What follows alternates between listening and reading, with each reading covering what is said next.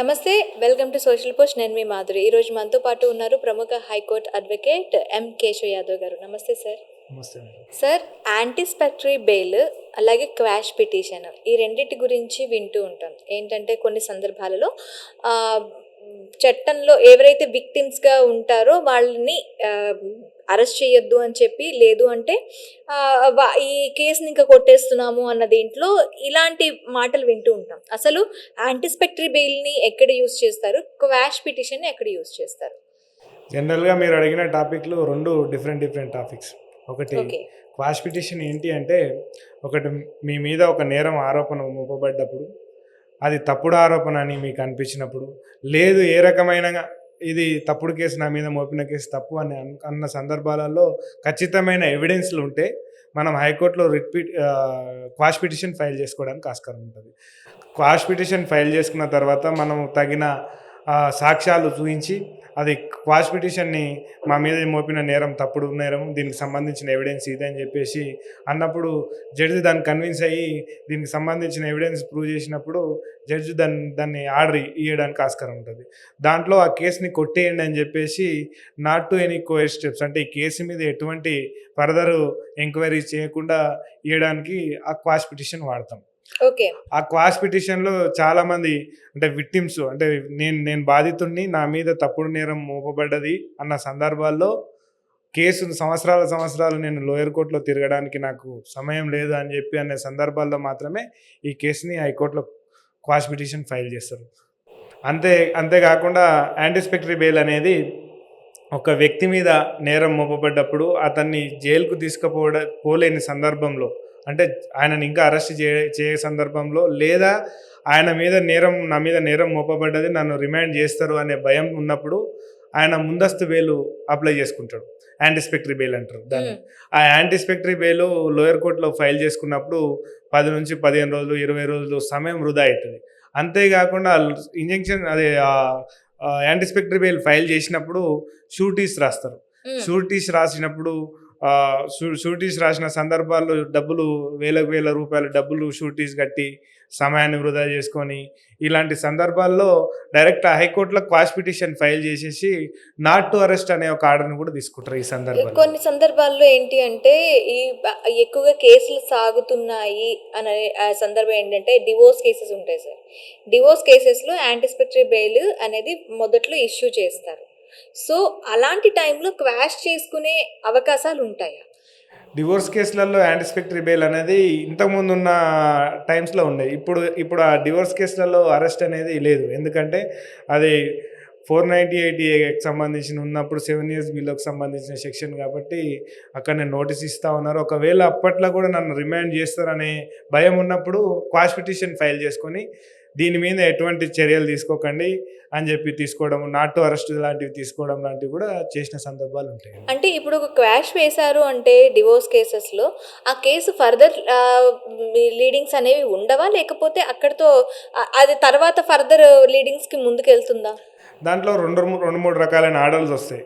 ఇప్పుడు డివోర్స్ కేసులలో అంటే మీరు అడిగే 498A కేసులలో కానీ డివోర్స్ కేసులలో కానీ క్వాష్ పిటిషన్ ఫైల్ చేసినప్పుడు దాన్ని అంటే కోర్టుకు అటెండ్ కాకుండా అటెండెంట్ డిస్పెన్స్ పిటిషన్ అని వస్తుంది. అంటే మీరు కోర్టుకు అటెండ్ కాకుండా ఎఫెక్టివ్ హియరింగ్స్ వచ్చినప్పుడు మాత్రమే అటెండ్ కావాలనే సందర్భానికి ఆర్డర్ పనిచేస్తుంది. అంతేకాకుండా దాంట్లో ఉన్న నేరాలన్నీ తప్పుడు ఆరోపణలను తేలినప్పుడు, కోర్టు నమ్మినప్పుడు దీని మీద స్టే ఇచ్చేస్తుంది. ఫర్దర్ ఎవిడెన్సెస్ మొత్తానికి దాని మీద నిలిపివేసినప్పుడు ఆ కేసు అక్కడితోటి ఆగిపోతుంది. ఓకే. సో ఇంకా ఎలాంటి సిచ్యువేషన్స్లో ఈ క్వాష్ అనేది ఇమీడియట్ రియాక్షన్ చూపిస్తుంది? ఎటువంటి సిచ్యువేషన్లో రియాక్ట్ అవుతుందంటే, ఇప్పుడు ఒక కేసు సంవత్సరాల తరబడి కోర్టులకు తిరిగే ఓపిక లేక సంవత్సరాలు కోర్టులకు తిరిగి సమయాన్ని వృధా చేసుకొని, ఏజ్ను వృధా చేసుకొని ఈ కేసు ఇక తేలదు అనే సందర్భాలలో ఒకటి లోయర్ కోర్టులలో డిశ్చార్జ్ పిటిషన్ అని ఉంటుంది, కేసుని కొట్టేయమని చెప్పేసి. అంతేకాకుండా హైకోర్టులో ఈ క్వాష్ పిటిషన్ ఫైల్ చేసుకొని ఎవిడెన్సెస్ని ప్రూవ్ చేయగలిగితే ఈ కేసుని తొందరగా 3 to 6 months లోపల కేసు క్లోజ్ అవ్వడానికి కూడా ఆస్కారం ఉంటుందండి. ఓకే. ఈ మధ్యకాలంలో ఎక్కువగా వింటుంది ఏంటంటే హేబియస్ కార్పస్. ఈ హేబియస్ కార్పస్ అనేది అసలు దేనికి సంబంధించింది? ఏ సిచ్యువేషన్స్లో ఈ హేబియస్ కార్పస్ అనేది పనిచేస్తుంది? హేబియస్ కార్పస్ అనేది ఒక వ్యక్తి ఒక వ్యక్తి మిస్ అయినా కానీ కనిపించకుండా పోయినా కానీ ఏ రకంగా మనం ఒకవేళ మనం ఆ వ్యక్తిని పట్టుకోవడానికి పోలీస్ స్టేషన్లో కంప్లైంట్ ఇచ్చినప్పుడు అక్కడ నుంచి రెస్పాన్స్ రాకపోవడం కానీ ఇంకా ఒక ఒక వ్యక్తి భార్య మిస్ అయినప్పుడు భర్త వేసుకునే సందర్భాలు, పిల్లలు మిస్ అయినప్పుడు తండ్రి వేసుకునే సందర్భాలు, పిల్లలు మిస్ అయినప్పుడు తల్లి వేసుకునే సందర్భాలు, కోర్టులో ఈ పర్సన్ని ప్రవేశపెట్టండి అని వేసుకునే పిటిషన్ని హేబియస్ కార్పస్ అంటారు.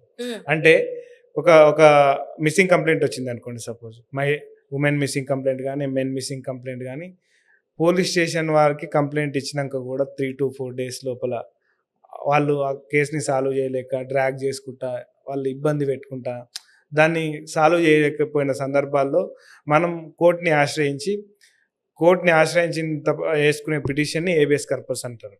Okay. Present the body before the court.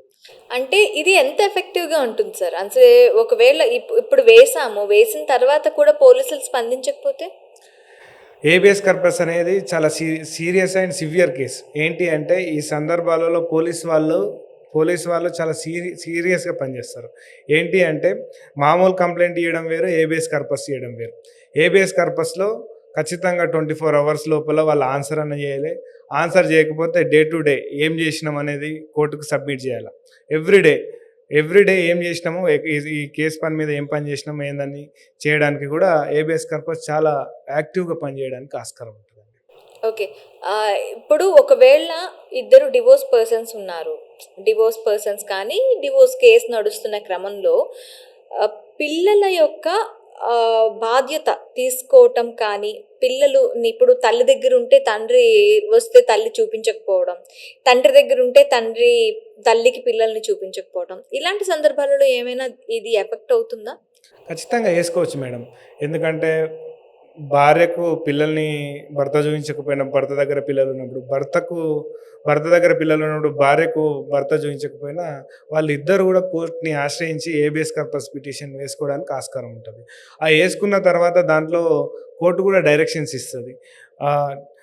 Monthly visiting hours కానీ, చదువుకునే పిల్లలైతే హాలిడేస్ విజిటింగ్ అవర్స్ కానీ, సండే విజిటింగ్ అవర్స్ కానీ, ఇట్లా రకరకాలైన ఆర్డర్స్ కూడా చాలా సందర్భాల్లో వచ్చిన సందర్భాలు కూడా మనం కోర్టులలో చూస్తూ ఉంటాం మేడం. అయితే ఇంకా ఏ సిచ్యువేషన్స్‌లో ఈ హేబియస్ కార్పస్ అనేది వర్తిస్తుంది? మనం ఎక్కడెక్కడ దీన్ని అంటే దాన్ని చేయొచ్చు? అంటే ఒక గార్డియన్ సంరక్షణలో ఉన్న పిల్లలు మిస్ అయినప్పుడు కానీ, మనం మిస్సింగ్ కేసులలో ఉమెన్ మిస్సింగ్ కేసులలో కానీ, భార్య మిస్ అయినప్పుడు భర్త వేయడం కానీ, భర్త మిస్ అయినప్పుడు భార్య వేయడం కానీ, ఇంకా ఏ రకమైన మిస్సింగ్ కేసులలో కానీ ఒక నేరంలో ఒక వ్యక్తి ఇరుక్కున్నప్పుడు ఆ వ్యక్తిని కిడ్నాప్ చేసిండ్రు అన్నప్పుడు పోలీసులు ఆ కేసుని ఛేదించడంలో కొంచెం వైఫల్యం చెందడమే కానీ, ఇన్ఫ్లుయెన్స్ వల్ల ఆ కేసుని ఛేదించకుండా కొంచెం డ్రాగ్ చేసే సందర్భాల్లో ఒక వ్యక్తిని తొందరగా కోర్టు ముందల హాజరుపరచాలని చెప్పి వేసుకోవడానికి కూడా ఈ పిటిషన్ని హేబియస్ కార్పస్ పిటిషన్ ముఖ్యంగా ఆధారపడుతుంది. ఏంటి అంటే కొన్ని ల్యాండ్ గ్రాబింగ్ కేసులలో కొన్ని కిడ్నాప్ కేసులు ఉంటాయి. జనరల్గా వేరే మనీ ల్యాండింగ్ కేసులలో కానీ, ఏ రకమైన కేసులలో కానీ అన్ని రకాల మెన్ మిస్ అయినప్పుడు పోలీసు వాళ్ళకి కంప్లైంట్ ఇచ్చినా కూడా అక్కడ నుంచి ఆన్సర్ రాకపోయినప్పుడు డైరెక్ట్ హైకోర్టులో ఈ పిటిషన్ని ఫైల్ చేసుకొని వాళ్ళకు హేబియస్ కార్పస్ ద్వారా మనం తొందరగా ఉపశమనాన్ని కూడా పొందడానికి ఆస్కారం ఉంటుందండి. మనకి డివోర్స్ కేసెస్ అనేటప్పటికీ several type of divorce cases ఉంటాయి. అసలు ఏ డివోర్స్ కేసుని ఎలా పరిగణించాలి? ఎన్ని డివోర్స్ కేసెస్ ఉన్నాయి? డివోర్స్ కేసు అనేది 2 రకాలుగా ఉంటుంది మేడం. ఒకటి కంటెస్ట్ డివోర్సు, ఒకటి మ్యూచువల్ డివోర్స్. కంటెస్ట్ డివోర్స్లో ఒక వ్యక్తికి ఇష్టం ఉండి ఇంకొక వ్యక్తి ఇష్టం లేకుండా చేసేది కంటెస్ట్ డివోర్స్. మ్యూచువల్ డివోర్స్ అంటే పరస్పర అంగీకారంతో ఇద్దరు కలుపుకొని వేసుకొని డివోర్స్ని మ్యూచువల్ డివోర్స్ అంటారు. మ్యూచువల్ డివోర్స్ అనేది ఇద్దరు కలిసి వేసుకుంటారు కాబట్టి దానికి తక్కువ సమయం పడుతుంది. కంటెస్ట్ డివోర్స్ అంటే ఒకరికి ఇష్టం ఉంటుంది, ఒకరికి ఇష్టం ఉండదు. దానికి కొంత సమయం ఎక్కువ పడుతుంది. అంటే ఇప్పుడు ఈ డివోర్స్ కేసెస్లో ఎందుకు ఒక 4 to 5 years అలా ల్యాగ్ అవుతూ ఉంటాయి కదా? ఇలాంటి టైంలో డివోర్స్ కేసెస్లో ఏం చేస్తే తొందరగా న్యాయం జరిగే అవకాశాలు ఉంటాయి? జనరల్‌గా ఎందుకంటే వాళ్ళు డివోర్స్ కేస్ ఫైల్ చేసినప్పుడు వాళ్ళ ఏజ్ 20, 25, 26 ఉంటది. ఆ డివోర్స్ అయిపోయేంత వరకు 5 సంవత్సరాలు, 6 30 ఏళ్ళు, సంవత్సరాలు, 35 ఏళ్ళు, 40 ఏళ్ళు కూడా వస్తూ 30, ఉంటాయి. 35 ఏళ్ల తర్వాత మళ్ళా వాళ్ళు ఫర్దర్‌గా వేరే మ్యారేజ్ చేసుకోవడానికి కూడా ఆస్కారం ఉండదు. అట్లా వాళ్ళ ఏజు ఎక్కువైపోతుంటది. వాళ్ళకు రేపొద్దున వైరాగ్యం వచ్చేస్తా ఉంటది. దాంట్లో సింపుల్‌గా వాళ్ళు చేయాల్సింది ఏంటి అంటే, స్పీడీ ట్రయల్ అనే ఒక పిటిషన్ ఉంటది. హైకోర్టులో స్పీడీ ట్రయల్ అనే ఒక పిటిషన్‌ని ఫైల్ చేసుకుంటే వితిన్ 6 మంత్స్ లోపల డిస్పోజ్ చేయడానికి ఆస్కారం ఉంటది. దాని ద్వారా వాళ్ళు సత్వరంగా ఇప్పుడు ఒక పిటిషన్ ఫైల్ చేసుకున్న తర్వాత ఈ కేస్‌ని 6 నెలల్లో డిస్పోజ్ చేయమని చెప్పి కోర్టు కూడా డైరెక్షన్ ఇస్తది. అంతేకాకుండా లోయర్ కోర్ట్‌లో 21(b) అని హిందూ మ్యారేజ్ యాక్ట్‌లో 21(b) అనే ఒక ఆప్షన్ కూడా ఉంటది. 6 మంత్స్ లోపల ఈ కేసు మీద సంబంధిత వాదనలు వినిపించేసి ఈ కేస్‌ని ఆహ్, క్లోజ్ చేయాలా అనే దాంట్లో సందర్భం ఉంటది. క్లోజ్ చేయాలని కాకుండా దాంట్లో 6 మంత్స్ లోపల దీనికొక పరిష్కారం చూపండి అనే ఆస్కారం కూడా దాంట్లో ఉంటదండి. ఇప్పుడు డివోర్స్ కేసెస్ నడుస్తూ ఉన్నప్పుడు పిల్లల కస్టడీ అనేది కూడా ఇంపార్టెంట్ కదా! దీనికి ఏమైనా ఎక్స్‌ట్రా కేసెస్ ఏమైనా ఉంటాయా? మీ కస్టడీ కోసం వాళ్ళు ఏమైనా ఫైల్ చేసుకోవాల్సి ఉంటుందా? 100% ఉంటదండి. ఎందుకంటే ఇప్పుడు ప జనరల్‌గా ఏజ్ చిన్నగున్న ఉన్నప్పుడు భార్య దగ్గర పిల్లలుంటరు. ఏజ్ పెద్దగున్నప్పుడు భర్త దగ్గర పిల్లలుంటరు. అట్లాంటప్పుడు భార్య దగ్గర పిల్లలున్న భర్త ఒక పిటిషన్ ఏసుకోవచ్చు. భర్త దగ్గర పిల్లలున్న భార్య ఒక పిటిషన్ ఏసుకోవచ్చు. ఆ పిటిషన్ పేరేంటి అంటే జీడబ్ల్యూఓపీ, గార్డియన్ ఓపీ అంటారు. అంటే ఆ పిటిషన్ ద్వారా వాళ్ళ రైట్స్‌ని అంటే వాళ్ళకి సంక్రమించే రైట్స్‌ని ఆ పిల్లల్ని చూడడానికి, ఆ పిల్లలతో కలవడానికి, ఆ పిల్లలతో మాట్లాడడానికి కోర్ట్‌లో ఏసుకునే పిటిషన్‌ని జీడబ్ల్యూఓపీ అంటారండి. హ్మ్. అయితే ఇప్పుడు ఇందాక స్టార్టింగ్‌లో మీరు చెప్పారు. మ్యూచువల్ డివోర్సెస్‌కి వెళ్ళేటప్పుడు ఇద్దరు అంగీకారంతో ఉన్నప్పుడు వాళ్ళకి ఈజీగా వెంటనే కోర్ట్ ఇచ్చేస్తుందని. ఆ కేసెస్‌లో కూడా ఈ మధ్య కాలంలో కొంచెం డిలే ఉంటుంది. ఎందుకని? జనరల్‌గా 3-6 మంత్స్ లోపల కేస్ డిస్పోజ్ అవుతుందండి. కొన్ని సందర్భాలలో కోర్ట్‌లలో జడ్జిలు లేకపోవడం గానీ, అడ్వకేట్‌లు ఆ కోర్ట్‌కి అటెండ్ కాకపోవడం గానీ, పార్టీసు ఫస్ట్ వస్తారు. ఒక లాస్ట్ సందర్భాల్లో రాకపోవడం గానీ, 2 టైమ్స్ అటెండ్ అవ్వాల్సి ఉంటది. ఫస్ట్ సారి, లాస్ట్ సారి. ఆ సందర్భాలలో కొన్ని సందర్భాలలో డిలే అయ్యే ఆస్కారం ఉంటది.